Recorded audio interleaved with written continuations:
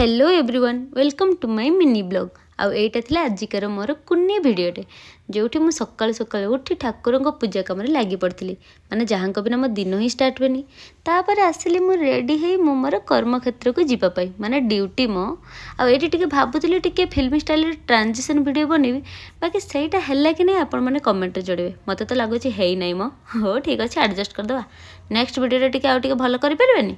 तो तापर मु स्टाइल मारिकी ड्यूटी बाहरी गली मत तो लगुच मु बुलाइबा कौटी जाऊँ जिते बड़े लंच टाइम है मुझे खाइबापी